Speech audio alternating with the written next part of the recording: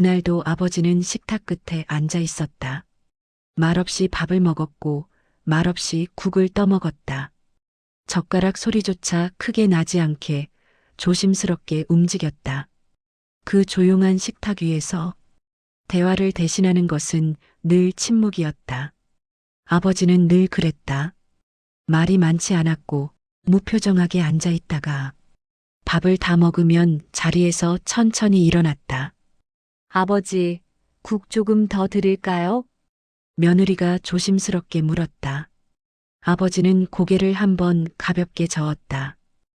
됐다. 이 정도면 된다. 그 말투는 언제나 같았다. 짧고 단정하고 여지를 남기지 않는 말. 며느리는 그 말이 늘 벽처럼 느껴졌다. 그녀는 다시 말을 꺼내지 않았다. 아무 말도 덧붙이지 못한 채 그저 조용히 식탁을 정리했다. 아들도 그 분위기를 잘 알았다. 아버지와 마주 앉아 있는 식탁에서 괜히 가벼운 이야기를 꺼냈다가 대답 없이 흘러간 적이 한두 번이 아니었기 때문이다. 그래서 이 집의 식탁 위에는 항상 필요한 말만 오갔다. 밥 먹자. 다 먹었으면 치워라. 괜찮다. 그게 전부였다. 며느리는 종종 속으로 생각했다. 왜 그렇게까지 말씀을 아끼실까? 화난 것도 아니고 화를 낸 적도 없는데 아버지의 말투와 표정은 늘 차갑게 느껴졌다. 아버지는 생활비 이야기를 할 때도 그랬다. 이번 달 공과금이 조금 더 나왔는데요. 며느리가 조심스럽게 말을 꺼내면 아버지는 단 한 문장만 말했다. 절약하면 된다. 그 말에 상대의 사정도 상황도 함께 고민하는 느낌도 담겨 있지 않았다. 그저 받아들이라는 말 같았다. 아들은 괜히 눈치를 보며 대답했다. 아, 응, 알아서 해볼게. 그 순간 집안의 공기는 늘 조용히 굳어졌다. 하지만 아버지는 그 침묵의 무게를 전혀 느끼지 못한 사람처럼 보였다. 그저 묵묵히 자리에서 일어나 방으로 들어가 문을 닫을 뿐이었다. 며느리는 그런 아버지가 솔직히 어렵고 낯설었다. 화도 내지 않고 잔소리를 하는 것도 아닌데 왠지 늘 평가받는 기분이 들었다. 내가 뭘 잘못한 걸까? 아니면 그냥 내가 부족한 걸까? 정답을 알 수 없는 질문만 혼자서 품게 되었다. 그녀는 그 마음을 친정 엄마에게도 쉽게 말하지 못했다. 아버지를 나쁘게 말하고 싶은 건 아니었기 때문이다. 그래서 늘 이렇게만 말했다. 나쁜 분은 아닌데 참 어려운 분이야. 그 말 안에는 말하지 못한 감정들이 여전히 남아 있었다. 아버지는 늘 검소했다. 옷도 몇 벌만 돌려 입었고 외식도 거의 하지 않았고 여행 같은 건 생각도 하지 않는 사람처럼 보였다. 지갑을 여는 모습조차 자주 볼 수 없었다. 아들 내외는 자연스럽게 생각했다. 연금만으로 생활하시는 거니까 아껴야 한다고 생각하시겠지. 그래서 돈 이야기는 최대한 꺼내지 않았다. 필요한 지출도 스스로 줄였고 가끔 힘들어도 애써 말하지 않았다. 그게 배려라고 생각했기 때문이었다. 하지만 동시에 그 배려는 점점 서로를 멀어지게 만들고 있었다. 아버지는 말하지 않았고 아들 내외는 묻지 않았고 그렇게 각자의 마음은 천천히 그러나 분명하게 엇갈리고 있었다. 그러던 어느 날 며느리는 우연히 아버지 방 앞을 지나가다가 낯선 장면을 보게 되었다. 아버지가 작은 책상 앞에 앉아 서류 봉투를 한가득 꺼내놓고 있었던 것이다. 봉투 안에는 몇 장씩 겹쳐진 송금 영수증, 은행 거래 내역서, 그리고 낯선 이름이 적힌 메모들이 들어 있었다. 아버지는 그것들을 하나씩 천천히 정리하고 있었다. 며느리는 순간 걸음을 멈췄다. 그리고 문득 이상한 생각이 스쳤다. 저게 뭐지?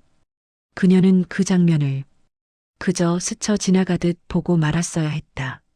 하지만 그날따라 눈을 떼지 못했다. 마치 오래 닫혀있던 문의 틈이 조금 열린 것 같은 느낌이 들었기 때문이다. 그녀는 알지 못했다. 그날 본 그 서류들이 앞으로 이 집의 모든 오해와 침묵을 완전히 다른 의미로 바꿔놓게 될 거라는 사실을. 아들 역시 아버지가 어떤 인생을 살아왔는지 아직은 전혀 모른 채 그저 무뚝뚝한 가장이라고만 믿고 있었다. 그리고 그 믿음은 이제 곧 조용히 깨지려 하고 있었다.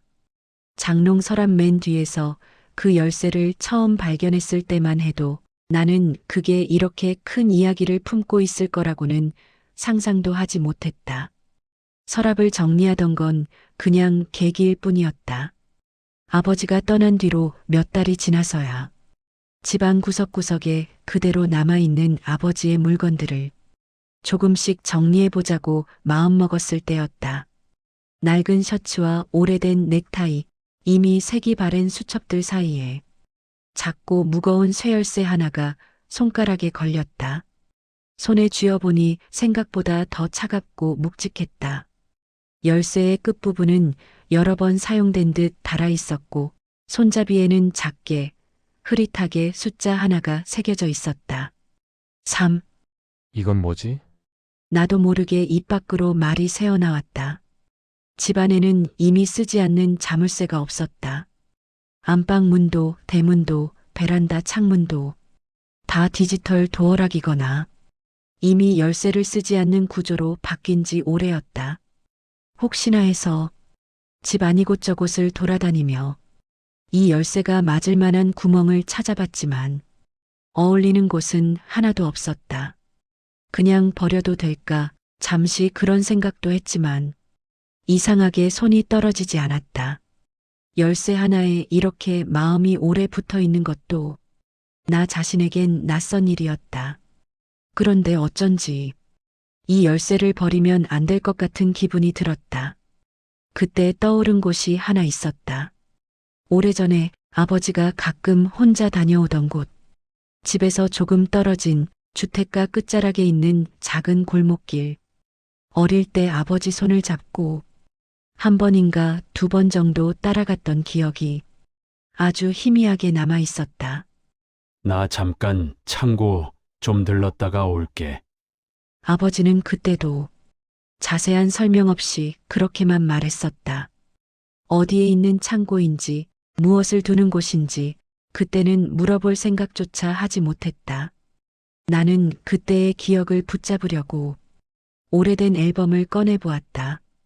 카메라를 잘 들고 다니지 않던 아버지였지만 가끔 가족 사진을 찍어두는 습관은 있었다.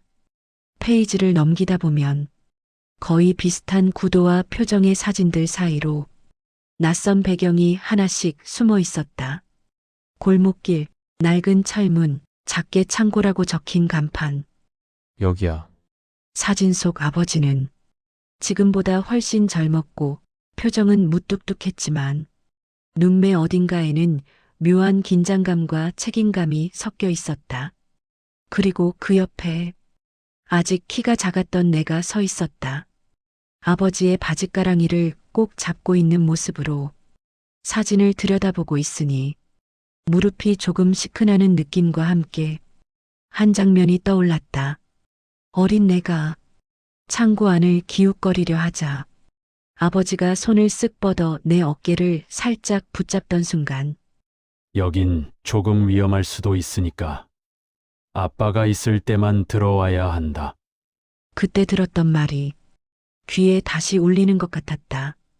창고 안에는 먼지가 많이 쌓여 있고 쌓아둔 물건들도 많아서 아이에게는 위험할 수 있다는 뜻이었을 것이다. 하지만 그때의 느낌은 단순한 위험 경고와는 조금 달랐다.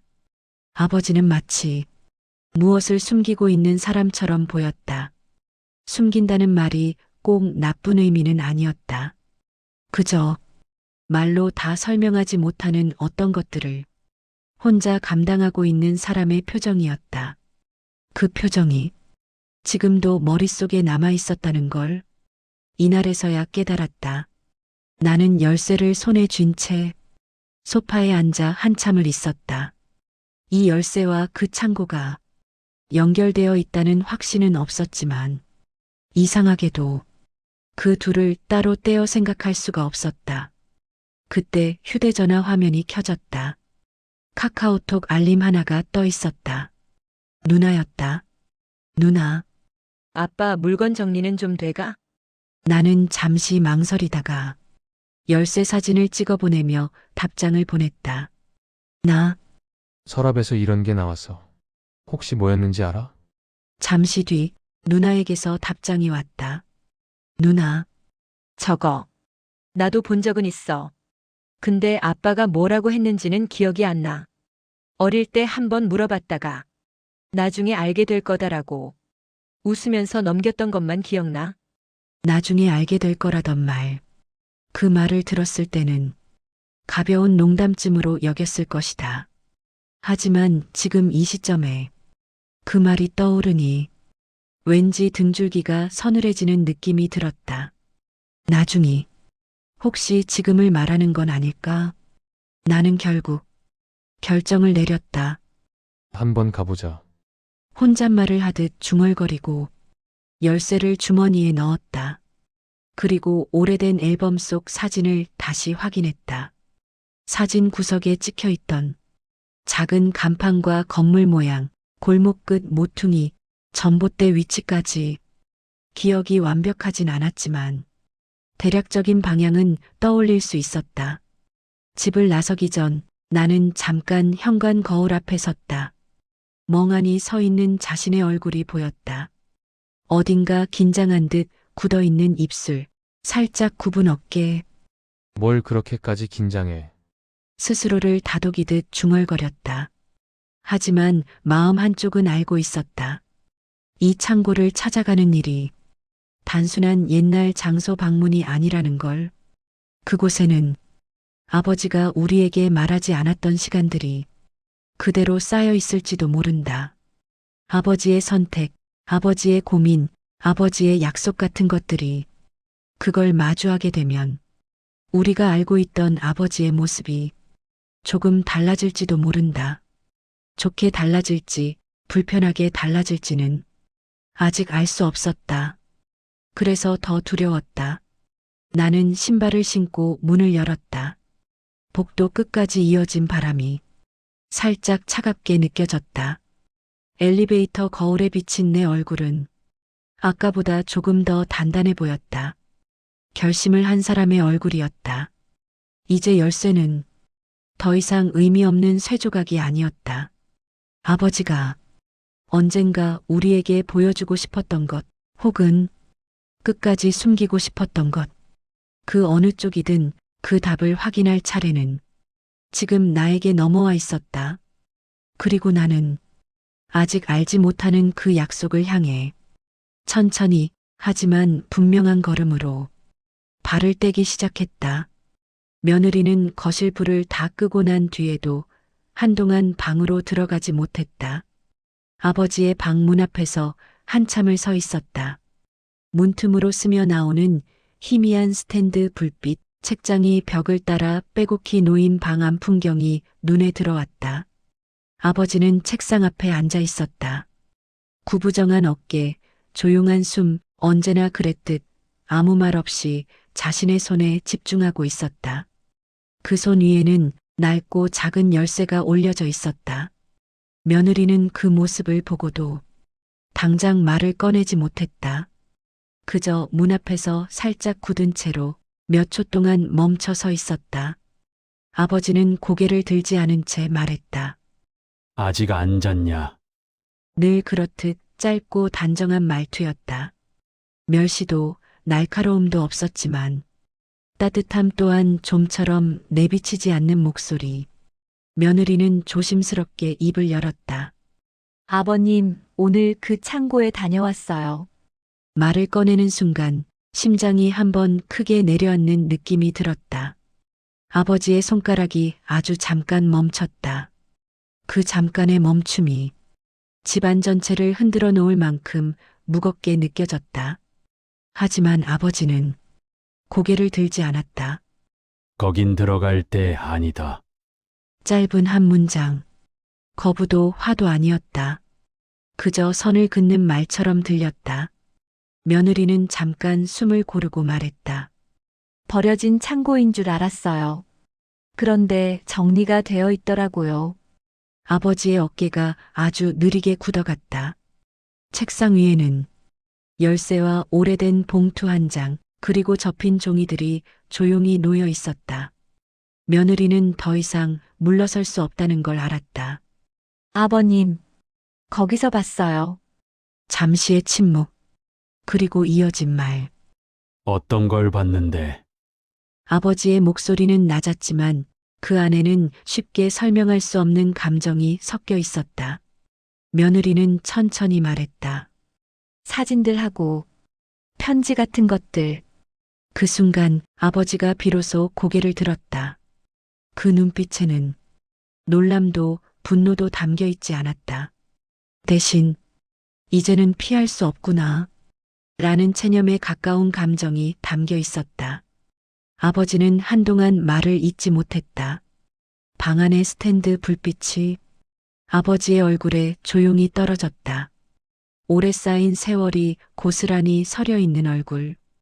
표정은 크게 변하지 않았지만 눈동자 깊은 곳이 아주 느리게 흔들리고 있었다. 아버지는 책상 위 열쇠를 가만히 쥐었다. 그 손은 평생을 일하며 굳은 살이 박인 손이었다. 무언가를 움켜쥐기보다 늘 참고 견디기 위해 버텨온 손. 아버지는 낮고 조용히 말했다. 괜히 봤다. 그 말에는 원망이 담겨 있지 않았다. 누굴 탓하는 어조도 아니었다. 오히려 자신에게 하는 말 같았다. 그러면서도 그 말 속에는 그래도 언젠가는 볼 줄 알았다. 라는 체념이 함께 담겨 있었다. 며느리는 조심스럽게 한 발 더 다가갔다. 그 창고. 아버님께 중요한 곳이죠? 아버지는 답하지 않았다. 대신 손에 쥐고 있던 열쇠를 서서히 내려놓았다. 탁 작은 소리가 책상 위에 울렸다. 그 소리는 문을 잠그는 소리가 아니라 오래 잠가두었던 무언가가 이제 조금씩 열리기 시작하는 소리처럼 들렸다. 아버지는 아주 낮게 말했다. 그건 내가 약속한 데다. 며느리는 그 한마디가 단순한 공간을 넘어 한 사람의 인생 전체와 연결되어 있다는 걸 느꼈다. 창고는 그저 물건을 보관하는 곳이 아니었다. 그곳은 누군가와의 시간, 끝나지 못한 관계, 지켜야 한다고 믿어온 약속이 고스란히 묻혀 있는 장소였다. 아버지는 눈을 감았다가 천천히 떴다. 그리고 말했다. 나중에 얘기하자. 그 말은 오늘은 아직 마음이 거기까지 못 간다. 라는 뜻이었다. 며느리는 고개를 끄덕였다. 강요할 수 없다는 걸 알았다. 지금 당장은 아버지에게 시간이 필요하다는 것도 느꼈다.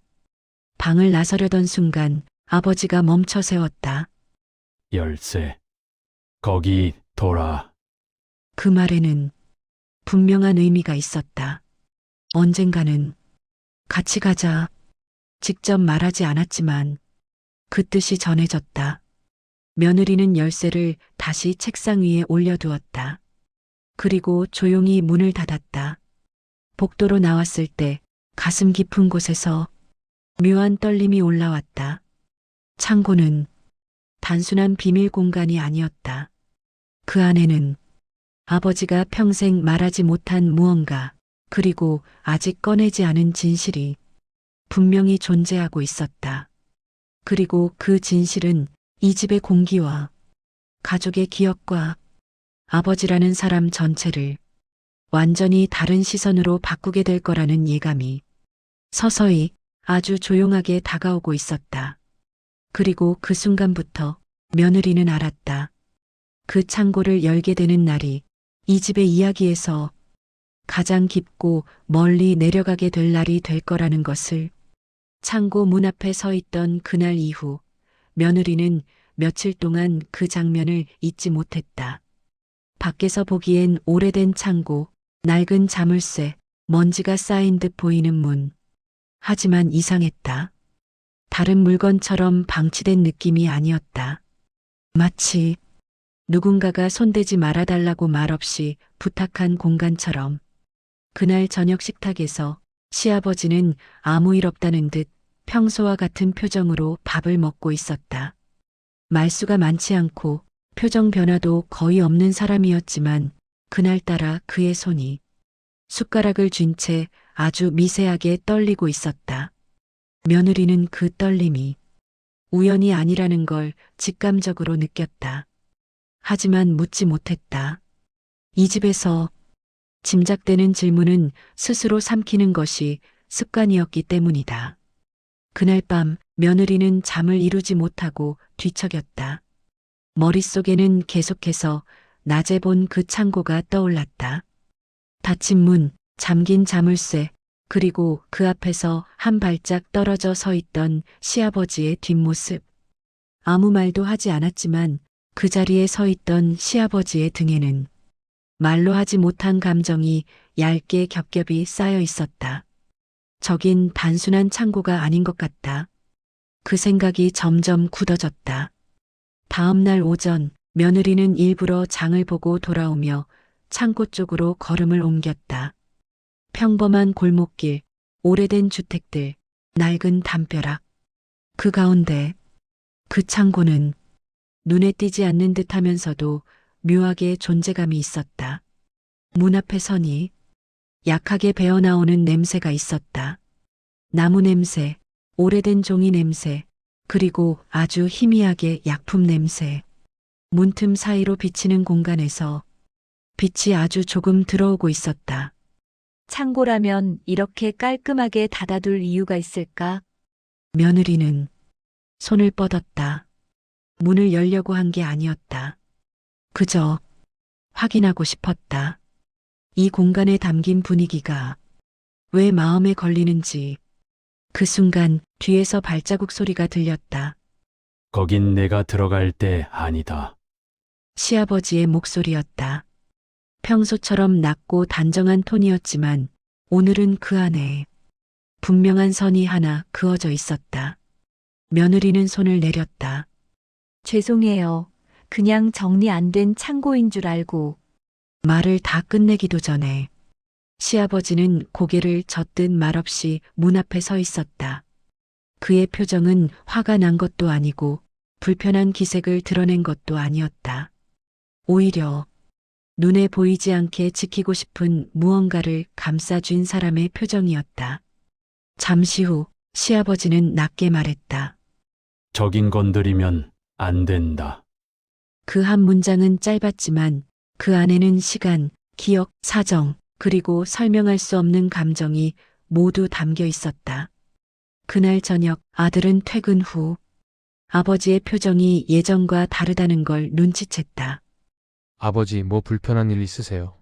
시아버지는 고개를 저었다. 괜찮다. 늘 그랬던 것처럼 그 한마디로 대화를 닫아버렸다. 하지만 오늘의 괜찮다는 예전의 그것과는 확실히 달랐다. 며느리는 생각했다. 저 창고는 단순한 보관 공간이 아니다. 버려진 것도 방치된 것도 아니다. 오히려 그 반대다. 차마 열어젖히지 못해 닫아둔 공간. 잊지 못해 외면하는 공간. 그리고 그곳을 지키고 있는 사람.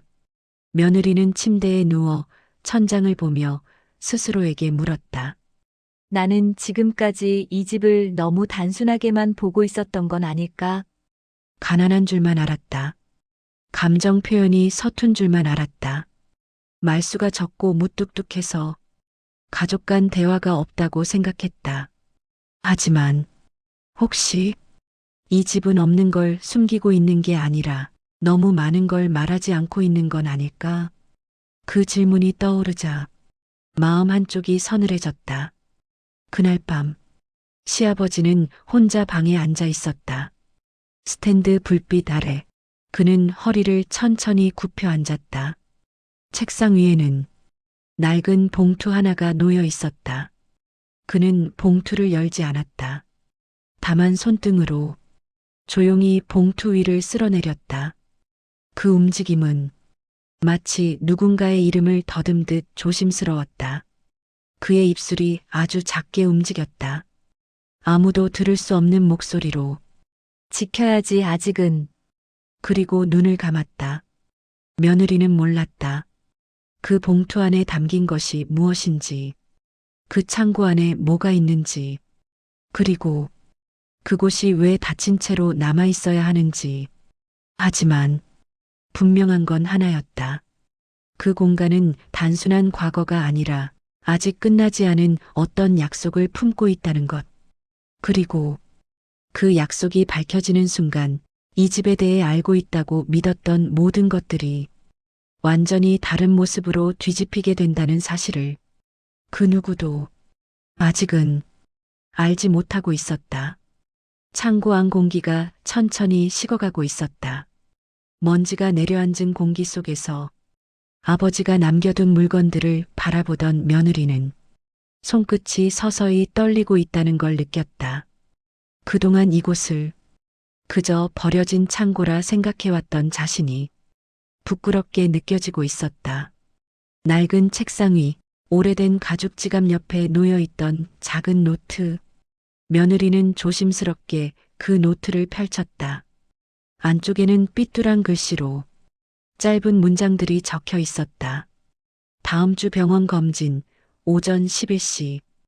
약값 정산 완료. 아이 등록금, 이번 달까지 확인. 동생 병원비 내가 책임진다. 그 문장 하나하나가 짧지만 너무도 무거웠다. 아버지는 아무에게도 이 이야기를 꺼낸 적이 없었다. 가족에게 설명하지도 않았고 결정을 상의하지도 않았다. 그저 조용히 혼자서 감당해왔다. 며느리는 노트를 덮지 못한 채 천천히 눈을 감았다. 그때까지 자신이 알고 있던 아버지의 모습이 서서히 무너지고 있었다.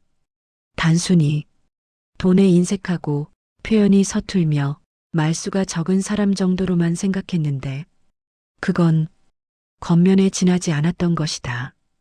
그 순간 창고 문 쪽에서 발자국 소리가 들렸다. 아들이었다. 그는 잠깐 멈춰서서 창고 안을 둘러보았다. 한동안 아무 말도 하지 못한 채 멈춰 서 있었다. 그리고 낮게 말했다. 여기 아버지가 제일 많이 오던 곳이었어. 그의 목소리는 떨려 있었다. 며느리는 고개를 돌려 아들을 바라보았다. 이걸 알고 있었어? 아들은 잠시 말이 없었다가 조용히 고개를 끄덕였다. 어느 정도는 짐작만 했어. 그는 창가 쪽으로 다가가 먼지가 쌓인 의자를 바라보았다. 아버지가 퇴직하고 나서부터였어. 집에 오래 계시기보다는 항상 어딜 다녀오셨거든. 어디 갔다 오셨냐고 물으면 늘 같은 말만 하셨어. 별일 아니다. 그냥 다녀왔다. 그 말이 단순한 회피라고만 생각했는데 지금에 와서야 그 말의 무게를 알 것만 같았다. 아들은 책상 위 노트를 내려다봤다. 아버지는 동생분이 쓰러지고 나서부터 그 집을 거의 가족처럼 챙기셨어. 목소리는 점점 낮아지고 숨은 점점 더 무거워졌다. 병원비, 약값, 생활비 도와달라는 말 한 번 안 하셨는데 그냥 본인이 해야 할 일이라고 생각하셨던 것 같아. 며느리는 그 말을 듣는 동안 자신이 무언가를 놓치고 있었다는 걸 다시 한번 깨달았다. 아버지는 불평하지 않았고 부담스럽다는 말을 단 한 번도 꺼내지 않았고 대신 침묵 속에서 선택을 반복해왔다. 며느리는 입술을 깨물었다. 그럼 왜 말씀을 안 하신 거야? 왜? 우리한테 숨기셨어? 그 질문은 원망이 아니라 슬픔에 가까웠다. 아들은 작은 숨을 내쉬고 말했다. 아버지는 이게 미안한 일이라고 생각하셨어. 다른 집의 짐을 내 가족에게까지 지우는 건 옳지 않다. 아버지는 그렇게 믿고 있었다. 그래서 도움을 주면서도 도움을 준다고 말하지 못했고 책임을 지면서도 책임을 나누지 못했다. 창고 안 공간이 점점 더 넓게 느껴졌다. 그동안 할 말을 삼켜온 사람의 숨결이 이곳 구석구석에 아직 남아있는 듯했다. 책상 서랍을 여니 또 다른 봉투가 하나 들어 있었다. 봉투 안에는 몇 번이나 접혀 가장자리가 달아있는 사진 한 장, 작은 시골집 마당, 서투른 웃음을 띤 남자, 그 옆에서 팔을 붙잡고 있던 소년. 아버지와 동생이었다. 사진 뒤편에는 짧은 글이 적혀 있었다. 가족은 끝까지 지킨다. 그 문장을 보는 순간 며느리는 더 이상 눈물을 참을 수 없었다. 그동안 자신이 보아왔던 아버지의 철저함, 절약, 고집, 그 모든 것이 자기만 아끼는 사람의 모습이 아니라 누군가를 대신 책임지고 있는 사람의 모습이었다. 그 사실을 이제서야 깨닫게 되었다는 것이 가슴을 더욱 아프게 했다. 아들은 천천히 의자에 앉았다. 사실은 나도 다 알았던 건 아니야. 아버지가 끝까지 우리한테 말 안 하신 건 마지막까지 부담 주기 싫어서였겠지. 그 말 속에는 후회가 묻어 있었다. 며느리는 조용히 고개를 떨구었다. 지금까지 아버지를 오해해왔다는 사실보다 아버지가 이 모든 시간을 혼자 견뎌왔다는 사실이 더 아프게 다가왔다. 그녀는 창고 안을 천천히 둘러보았다. 낡은 의자, 묵은 냄새가 밴 벽, 그리고 그 속에 조용히 쌓여있던 수십 번의 선택과 희생들. 이곳은 단순히 물건을 쌓아둔 창고가 아니라 아버지의 시간과 약속이 겹겹이 남아있는 공간이었다. 그제야 며느리는 아주 작게 속삭였다. 아버님, 여기서 얼마나 많은 걸 견디신 거예요? 대답은 없었지만 그 질문은 창고 안 어딘가에 남아 조용히 울려 퍼지는 듯했다. 그리고 그 순간 며느리는 깨달았다.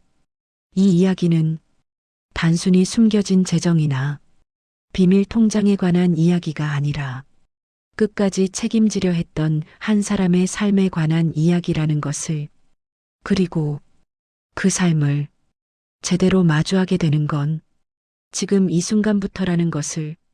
창고를 다녀온 날 이후로 집안의 공기는 이전과 달라졌다. 누구도 그날의 일을 먼저 꺼내지 않았지만 서로가 같은 장면을 떠올리고 있다는 것만은 분명하게 느껴졌다. 아버지가 평생을 드나들었던 그곳, 가족 누구에게도 말하지 않았던 자리, 그곳을 본 뒤로 며느리는 괜히 부엌에서 설거지를 하다가도 창밖 어딘가를 바라보게 되었고, 아들은 말수를 줄인 채 퇴근 후 한동안 아무 말 없이 앉아있곤 했다. 그리고 그 사이에서 어머니는 묵묵히 하루를 채워나가고 있었다. 겉으로 보면 아무 일도 없던 것처럼 보였다. 그런데도 가족들 모두는 알고 있었다. 아버지가 남겨둔 건 단순한 물건들이 아니라는 것을. 창고에 모아둔 낡은 책상, 손으로 고쳐 쓴 서류 파일, 이름조차 남겨지지 않은 작은 봉투들. 그것들은 아버지가 아무 말 없이 지나온 세월이 고스란히 쌓여있는 기록 같았다. 그날 밤 아들은 방 안에서 한참을 뒤척이다가 결국 거실로 나왔다. 어머니는 소파에 앉아 가만히 손을 모으고 있었다. 아들은 잠시 망설이다가 조심스럽게 말을 꺼냈다. 어머니, 창고 그거 언제부터 알고 계셨어요? 어머니는 바로 대답하지 않았다. 대신 다시 한번 숨을 고르고 천천히 고개를 끄덕였다. 너 태어나기 전부터야. 그 말은 아들이 예상했던 것보다 훨씬 오래된 시간이었다. 어머니의 목소리는 흔들리지 않았지만 그 안에는 쉽게 꺼내지 못했던 세월이 스며 있었다. 처음 알았을 땐 나도 많이 서운했지. 왜 혼자만 알고 혼자만 책임지려고 하나 싶었어. 그건 원망이 아니라 한 인간으로서의 솔직한 감정이었다. 근데 어느 날 생각했어. 저 사람은 누군가에게 약속을 했구나. 아들은 그 말을 듣고 창고 안에서 보았던 장면들이 다시 머릿속에 떠올랐다. 벽에 붙어 있던 작은 메모들, 누군가의 진료 일정, 수첩 가장자리에 남겨진 날짜들, 그리고 그 옆에 아버지의 단정한 필체. 잊지 말 것. 다음 달도 확인. 아버지는 누구에게 들키지 않으려고 했던 게 아니라 그저 말하지 않아도 지켜야만 하는 일이라고 생각했던 것 같았다. 어머니는 창문 쪽을 바라보며 조용히 말했다. 저 사람은 원래 그런 사람이야. 도와준다. 보살핀다. 그런 말 한 번도 한 적 없지만 괜히 한 번 약속하면 끝까지 놓지를 못해. 그 말 속에는 원망과 존경이 함께 담겨 있었다. 아들은 입술을 다물었다. 지금까지 살아오면서 아버지 때문에 화가 났던 순간들이 떠올랐다. 가끔은 답답했고, 가끔은 억울했고, 왜 아무 말도 하지 않으면서 모든 걸 혼자 결정하는지 이해할 수 없었던 날도 많았다. 하지만 지금에 와서야 겨우 알게 되는 감정이 있었다. 아버지는 가족에게 미안해질까봐 침묵을 선택한 게 아니라 가족에게 짐이 될까봐 말을 아낀 사람이었다. 말하지 않으면 책임을 혼자 지게 되지만 그래도 그게 더 맞다고 믿었던 사람. 아들은 창고 문 앞에서 보았던 아버지의 뒷모습을 떠올렸다. 말수 적고 표정 없는 줄만 알았던 그 얼굴이 이제는 다른 의미로 떠올랐다. 그때 어머니가 조용히 말을 이었다. 너희한테 숨기려고 한 게 아니라 내 아버지는 원래 자기 몫을 자기 힘으로 해야 한다고 평생 그렇게 믿고 산 사람이야. 그건 거창한 신념이라기보다 그저 삶의 방식이었다. 누가 보든 말든 누가 알아주든 말든 한번 책임을 진 사람을 끝까지 놓지 않는 방식. 아들은 그제서야 가슴이 묘하게 먹먹해지는 걸 느꼈다. 어머니는 그 감정을 알아차린 듯 조용히 덧붙였다. 그래도 너희가 알아준 건 아마 기뻐할 거야. 아들은 고개를 숙였다. 그런데 왜 말씀을 안 하셨어요? 우리한테라도. 어머니는 미소 비슷한 것을 지었다. 그 사람은 자기 잘한 걸 말로 남기는 성격이 아니니까. 그 순간 아들은 깨달았다. 창고는 버려진 공간이 아니었다. 누군가에게 보이기 위한 자리도 아니었다. 그곳은 아버지가 자신의 약속을 내려놓지 못해 끝까지 붙들고 있던 공간이었다. 누구도 몰랐지만 누군가에겐 생명줄 같은 공간, 그리고 그 약속을 평생 품고 있던 사람, 아버지였다. 그날 밤 아들은 잠들지 못한 채 오랫동안 거실에 앉아 있었다. 창고 문 너머로 이어진 아버지의 시간 속에서 자신이 얼마나 많은 것을 몰랐는지 깨닫고 있었다. 아버지의 침묵이 차가움이 아니라 책임이었다는 사실을, 그것을 깨닫는 순간 아들은 처음으로 미안하다는 감정보다 존경이라는 감정을 느끼고 있었다. 그리고 그 감정은 아버지가 남기고 간 어떤 말보다도 더 오래 남을 것 같았다. 창고에서 나와 집으로 돌아온 그날 밤, 집안은 평소와 다르지 않았지만 공기는 확실히 달라져 있었다. 아버지는 아무렇지 않은 얼굴로 거실 한쪽 의자에 앉아 있었다. 늘 앉던 자리, 늘 같은 자세였지만 며느리와 아들의 눈에는 그 모습이 전과는 전혀 다른 사람처럼 보였다. 그동안 그 자리에 앉아 있던 건 말이 없는 가장이었고 조용히 집을 지키는 존재였는데 이제는 자신의 삶을 끝까지 책임지려 했던 사람. 그렇게 보였다. 아들은 한참을 머뭇거리다가 조심스레 입을 열었다. 아버지 창고에 있던 물건들, 그거 다 그동안 모으신 거죠? 아버지는 고개를 끄덕이지도 대답을 바로 내놓지도 않았다.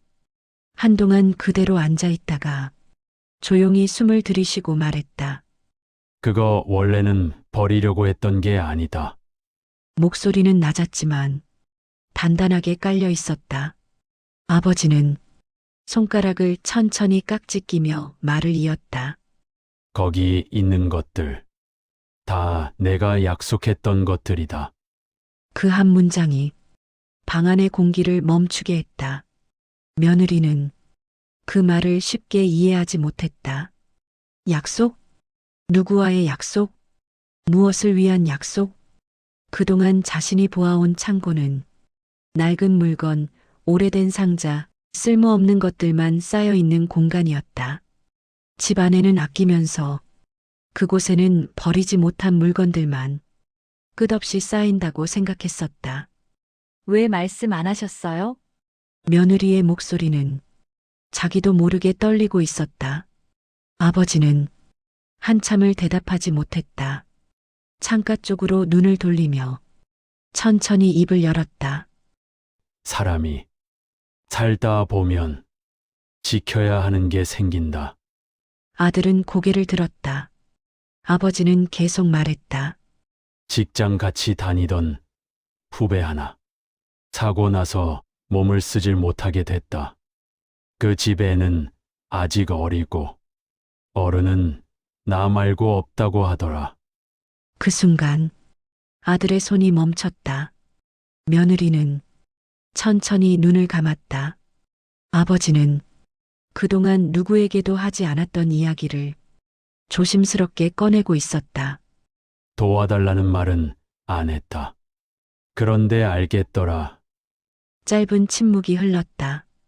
그날 이후로 버려진 물건 보면 그냥 못 지나가겠더라. 그 말에는 수많은 세월이 담겨 있었다. 아버지는 버려진 물건을 고쳐서 그 집에 가져다 주었다.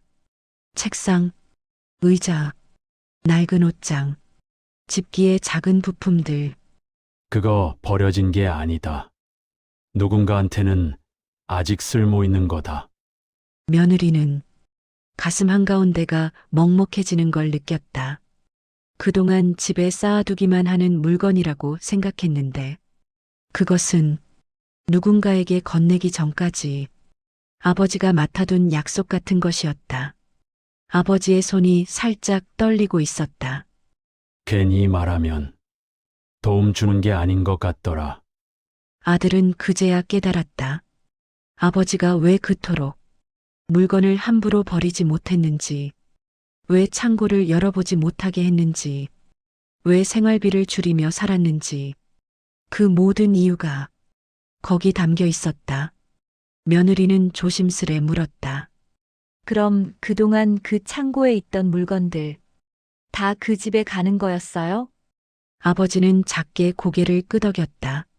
고쳐서 쓸 수 있으면 보내고 못 쓰면 부품 빼서 고치고.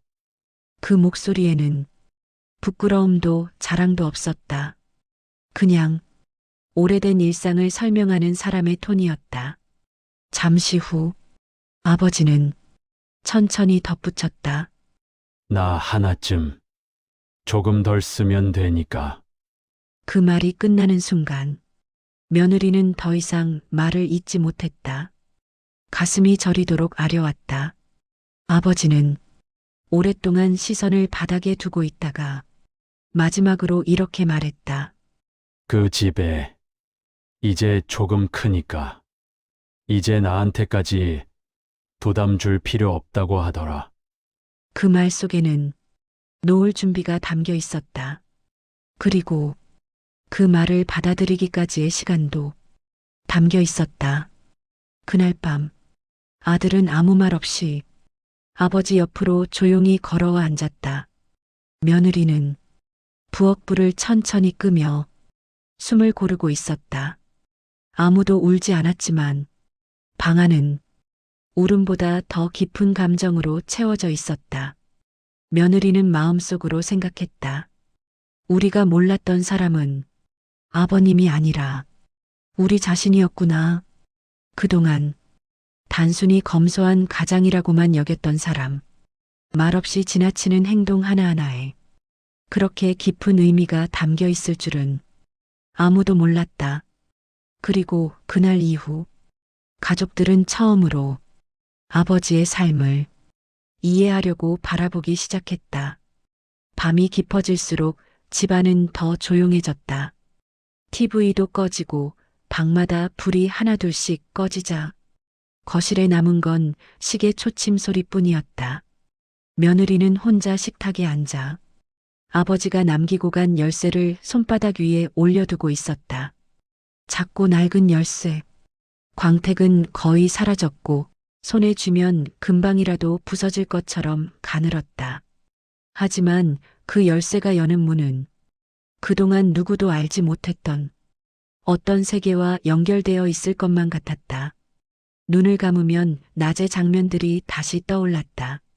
아버지가 창고 앞에서 갑자기 발을 멈추던 순간 열쇠를 꺼내 들면서도 쉽게 문고리를 잡지 못하던 손. 그리고 여긴 그냥 창고야. 애써 아무렇지 않은 표정으로 그렇게 말하던 아버지의 낮은 목소리. 그 목소리 뒤에 숨어 있던 감정이 지금은 너무 선명하게 느껴지고 있었다. 며느리는 천천히 숨을 내쉬었다. 마음 한쪽에서 계속 갈등이 올라왔다. 들어가 봐야 할까? 아니면 모르는 척 해야 할까? 그동안의 관계가 떠올랐다. 무뚝뚝했고 감정을 잘 표현하지 않았고 항상 조용하게 모든 걸 혼자 결정하던 사람. 다정하지도 않았고 그렇다고 차갑다고 단정 짓기도 어려운 어떤 거리감 속의 아버지. 며느리는 스스로에게 질문을 던졌다. 내가 지금 알고 싶은 건 그 사람의 과거일까? 아니면 그동안 알지 못했던 마음일까? 답을 쉽게 내릴 수 없었다. 하지만 한 가지는 분명했다. 이제는 더 이상 아버지를 단순한 모습으로만 보고 싶지 않았다. 다음 날 아침, 아버지는 평소와 다름없이 식탁에 앉아 있었다. 단정하게 정리된 셔츠, 늘 같은 습관으로 맞이하는 하루. 하지만 어제와는 달랐다. 말은 적었지만 그 침묵 속에는 이상한 무게가 있었다. 며느리는 식탁 건너편에서 아버지를 조심스레 바라봤다. 아버지는 고개를 들지 않았다. 마치 시선을 마주하는 순간 숨겨둔 시간까지 드러날 것처럼 그 침묵이 오래 이어졌다. 그때 아버지가 아주 천천히 입을 열었다. 어제 괜히 거길 갔지. 목소리는 낮았지만 분명히 떨리고 있었다. 며느리는 대답하지 못했다. 아버지는 한 번 더 말을 이었다. 괜찮다. 잊어도 되는데야. 그 말은 멀리 떠밀기 위한 말이 아니라 오히려 스스로를 위로하려는 말처럼 들렸다. 며느리는 그제야 천천히 고개를 저었다. 그리고 조심스럽게 말했다. 아버님, 아버지의 손이 멈췄다. 그 문, 정말 그냥 창고인가요? 짧은 질문. 하지만 그 질문 하나가 식탁 위의 공기를 완전히 바꾸어 놓았다. 침묵. 아버지는 마치 오래된 기억을 천천히 꺼내 올리는 사람처럼 한참이나 말이 없었다. 손등 위로 가느다란 정맥이 드러났다. 그 손이 아주 조금 떨리고 있었다. 결국 아버지는 고개를 떨군 채 조용히 말했다. 그냥 물 건너는 데 아니다. 그 한 문장은 너무도 조용했지만 이야기의 문을 여는 열쇠와도 같았다. 며느리는 숨을 삼켰다. 아버지는 한 번 더 말을 이었다. 거긴 사람들한테 약속한 데다. 약속? 그 단어가 낯설게 가슴을 울렸다. 아버지는 누구에게도 들켜서는 안 될 것처럼 목소리를 낮췄다. 내가 지켜야 할 게 있어서 그렇게 둔 거다. 며느리는 묻지 않았다. 왜냐면 아버지의 눈동자 속에서 말로 다 꺼내기엔 아직 준비되지 않은 기억이 흐르고 있다는 걸 느낄 수 있었기 때문이다. 그날 저녁 며느리는 혼자 그 길을 다시 걸었다. 아버지가 평생 감춰온 그 장소, 오래된 건물, 낡은 철문, 그리고 주머니 속에서 작은 열쇠가 작게 부딪히며 소리를 냈다. 하늘은 이미 어둑해졌고 가로등 아래 그림자가 길게 늘어졌다. 문 앞에 서자 발끝이 자연스럽게 멈췄다. 손에 든 열쇠가 조금 무겁게 느껴졌다. 이 문을 열면 아버지의 인생을 다른 각도에서 보게 되겠지. 그 생각에 가슴이 조금 흔들렸다. 하지만 동시에 이제는 그걸 알아야 한다. 그 결심이 조용히 내려앉았다. 열쇠를 넣는 순간 낡은 금속이 마찰을 일으키며 작게 울렸다. 철문은 천천히 아주 조심스럽게 안쪽으로 열려갔다. 그리고 오랫동안 닫혀있던 공간 속으로 먼지와 함께 아버지의 시간이 조용히 흘러나오기 시작했다. 그 공간에는 버려진 물건도 잡동사니도 없었다. 대신 사진, 낡은 상자, 종이 묶음, 수첩, 그리고 이름이 적힌 봉투들. 그 순간 며느리는 깨달았다. 이곳은 단순한 창고가 아니라 아버지가 평생 혼자 감당해온 기억의 방이었다. 그리고 그 방 한가운데에서 아버지의 삶이 전혀 다른 모습으로 서 있었다. 그날 밤 집으로 돌아와도 잠이 오지 않았다. 눈을 감으면 그곳에서 보았던 것들이 하나씩 떠올랐다. 그리고 한 가지 확신이 들었다. 이건 내가 혼자 알아서는 안 되는 이야기다. 아버지의 삶을 이해하려면 그 방에 담긴 시간들을 끝까지 마주해야 했다. 그 선택은 돌이킬 수 없는 선택이 될 것 같았지만 이제는 외면하지 않아야 할 순간이었다. 그리고 이야기는 조용히 아버지의 과거로 향할 준비를 하고 있었다. 창고 안에는 여전히 먼지 냄새와 나무 냄새가 섞여 있었다.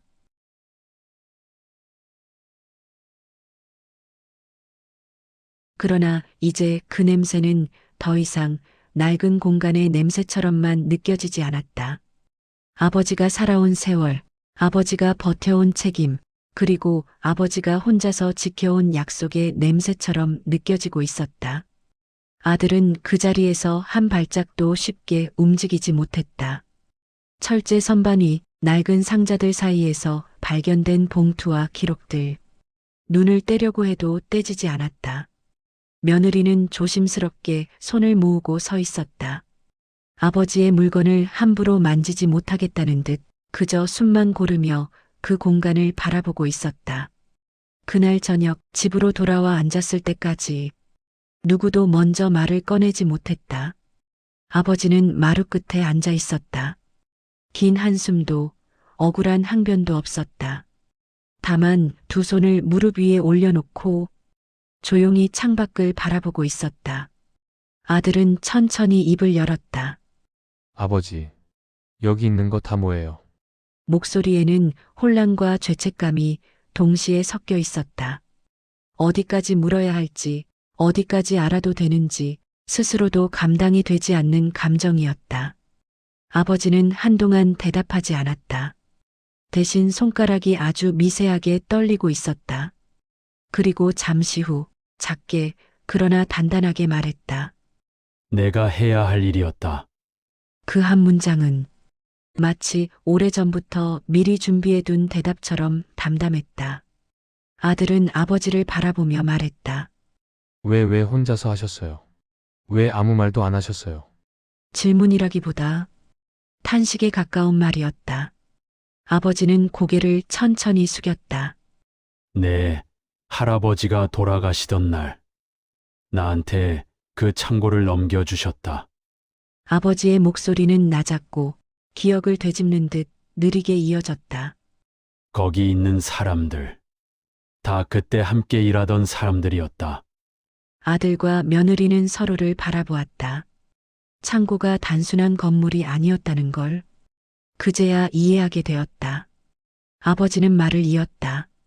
사람들 다 흩어지고, 회사도 문 닫고, 누구 하나 챙겨줄 데가 없었다. 아버지의 손등 위에 작은 주름이 더 깊게 패였다. 그래서 그냥 내가 맡았다고 생각했다. 아들은 조용히 숨을 삼켰다. 그제야 봉투들에 적힌 이름의 의미가 보였다. 그저 돈을 보내던 기록이 아니라 오랜 동료 서로를 지탱하고 버텨온 세월의 흔적. 그것들이었다. 며느리는 조심스럽게 물었다. 그럼 왜 가족한테는 말씀 안 하셨어요? 아버지는 고개를 들어 그녀를 바라보았다. 눈빛에는 변명도 억울함도 없었다. 그건 내 몫이었으니까. 짧지만 묵직한 대답이었다. 내가 선택한 일이었고, 내가 지키고 싶었던 약속이었다. 그는 한 번도 목소리를 높이지 않았다. 그러나 그 말 안에는 수십 년의 시간을 혼자 견뎌온 사람의 무게가 담겨 있었다. 아들은 고개를 숙였다.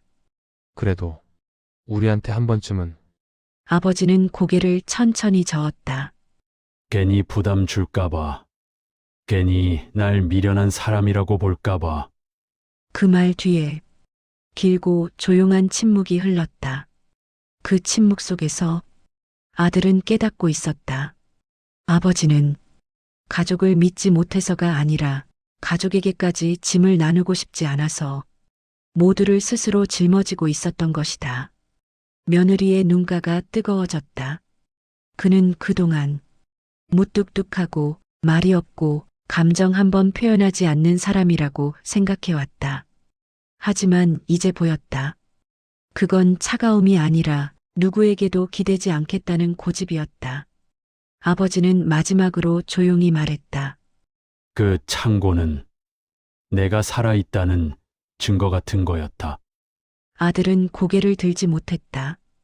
아무도 몰라도 괜찮았다. 그래도 내가 있어야 버틸 수 있는 사람들이 있었으니까. 그 말은 숨겨진 위대함을 자랑하려는 말이 아니었다. 그는 그저 자신이 살아온 시간을 있는 그대로 말하고 있을 뿐이었다. 아들은 그제야 깨달았다. 지금까지 자신이 보지 못했던 것들, 아버지의 삶 깊은 곳에 쌓여 있던 것들, 그제야 버려진 창고라 생각했던 그곳이 누군가에겐 마지막 의지였던 공간이고 아버지에겐 지켜야 했던 약속의 자리였다는 사실을 비로소 받아들이게 되었다. 그날 밤 아들은 방에 돌아가 누워서도 눈을 감지 못했다. 아버지의 낮은 목소리, 손등의 주름, 그리고 그 창고 안에 남겨져 있던 기록들. 그 모든 것이 가슴 깊숙이 남아 있었다. 그는 처음으로 이렇게 생각했다. 아버지는 우리가 알던 사람보다 훨씬 더 큰 사람이었구나. 그리고 그 생각은 그의 삶에서 다시는 잊혀지지 않을 감정이 되었다. 그날 이후 가족의 시간은 빠르게 변하지 않았다. 아버지가 남긴 진실을 알게 되었다고 해서 바로 관계가 깊어지고 눈물이 터지고 서로를 끌어안는 극적인 장면이 찾아온 것도 아니었다. 대신 아주 작은 변화들이 조용히 그리고 천천히 스며들고 있었다. 며느리는 그 사실을 가장 먼저 실감했다. 예전에는 아버지의 발걸음 소리만 들려도 자신도 모르게 몸이 굳곤 했는데 이제는 그 발소리가 조금 다르게 들렸다. 어쩌면 그동안 들리지 않던 의미가 이제야 들리기 시작한 것일지도 몰랐다. 며느리는 문득 아버지가 매일 들렸던 그 오래된 창고를 떠올렸다.